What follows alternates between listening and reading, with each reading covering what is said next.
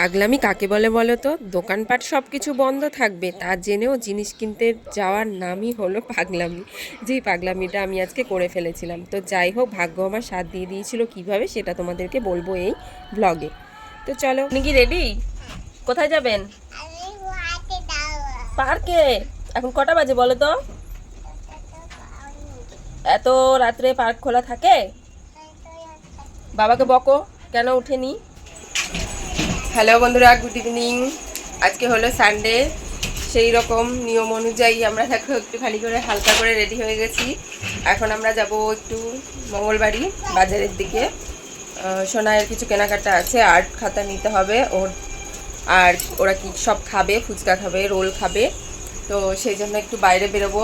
তো সবাই রেডি হয়ে গেছি, এখন খালি তোমাদের দাদাভাই রেডি হচ্ছে। ও রেডি হলে আমরা বেরিয়ে যাব। এখন বাজে 7:30। তো দিনের বেলার কোনো ভ্লগই তোমাদের সঙ্গে সেরকম শেয়ার করা হয়নি, তাই জন্য সন্ধ্যাবেলা থেকে ভিডিওটা শুরু করলাম। তো চলো দেখতে থাকো ব্লগটা, আশা করি তোমাদের ভালোই লাগবে। তো চলো বেরিয়ে পড়ি। বলে তো দিলাম বেরিয়ে পড়ি, তারপরে যে কাজগুলো থাকে সেগুলো একবার দেখো। জানালা লাগানো, দরজা লাগানো, লাইট ফ্যান অফ করো, ব্যাগ নাও, বোতল নাও, জুতো পরাও মাম্মামকে। সোনাইকে বলেছি শুধু জানালাটা লাগাও। তো দেখো ওর কাণ্ড, জানালা লাগাতে গিয়ে পুরো মানে পর্দার সঙ্গে লুকোচুরি খেলতে শুরু করে দিয়েছে। তো যাই হোক করে বের হলাম বাড়ি থেকে। বেরিয়ে তো প্রথমে গেলাম পেপার কাউন্টারে, সেখান থেকে ওর পড়াশোনার জিনিস কি কি লাগে সেগুলো নিয়ে নিলাম, যেগুলো বাড়ি গিয়ে তোমাদেরকে দেখাবো। তারপরে চলে আসলাম একটা দোকানে, সেখান থেকে ওর মোজা কেনার ছিল। তো সাথে সাথে আমিও আমার কয়েকটা জিনিস কিনে নিলাম, যেগুলো খুব এমার্জেন্সি আমার দরকার ছিল। আর আমি হচ্ছে যেতে পারছিলাম না বাজারে, তার জন্য আমি ওখান থেকেই কিনে নিলাম, দোকানটা যেহেতু খোলা পেলাম। তো তারপরে এবার বেরিয়ে যাব। ওখান থেকে বেরিয়ে গিয়ে ফুচকা খাবে সোনাইরা। সোনাইরা বলছি কেন, আমিও তো খাবো। আমি কি খাবো না? সোনাইরা খাবে, আমি দেখবো।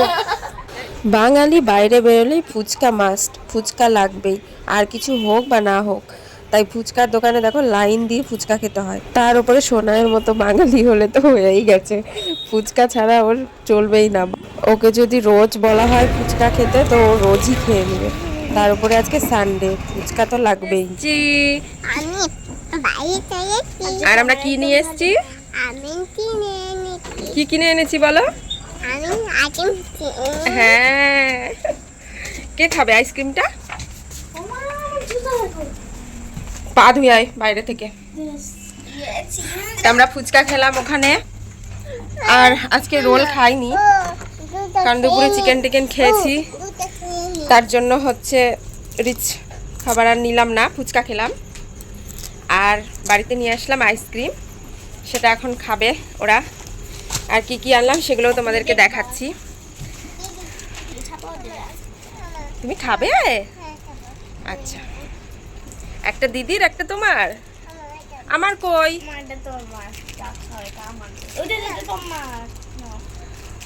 তুমি খাচ্ছ? আমাকে একটু দাও।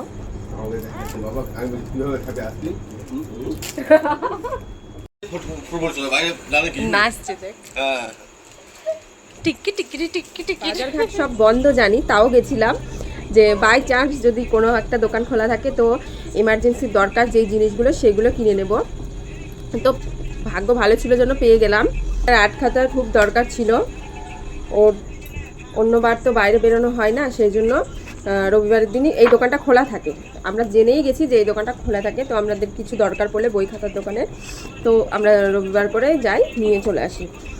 তারপর নিয়েছি ওর জন্য একটা আর্ট পেপার, বাড়িতে রাখি সব সময়, দরকার পড়ে, স্কুলে প্রজেক্ট দেয়, এই বলবে কি এখন এটা করে নিয়ে আসো, ওটা করে নিয়ে আসো, তখন হুট করে বাজার যাওয়া হয় না, সেই জন্য আর্ট পেপার একটা কিনে বাড়িতে রেখে দিলাম। তো এই গেল বই খাতার দোকানে। আর সোনাইয়ের জন্য নিলাম একখানা মোজা। ওর মোজাটা না ছিঁড়ে গেছিলো, আর হচ্ছে রাবার ঢিল হয়ে গেছিলো, তো বাজারেও যেতে পারছিলাম না আর কিনতেও পারছিলাম না, সেই জন্য বাজারে গেলাম। আমি আসলে এটার জন্যই গেছিলাম, এটা আর আর্ট খাটার জন্য। তো পেয়ে গেলাম মোজাটাও। আর তার সাথে সাথে আমারও একটা জিনিস কেনা হয়ে গেল, আমিও যেতে পারছিলাম না দোকানে, তো আমারও জিনিস কেনা হয়ে গেল।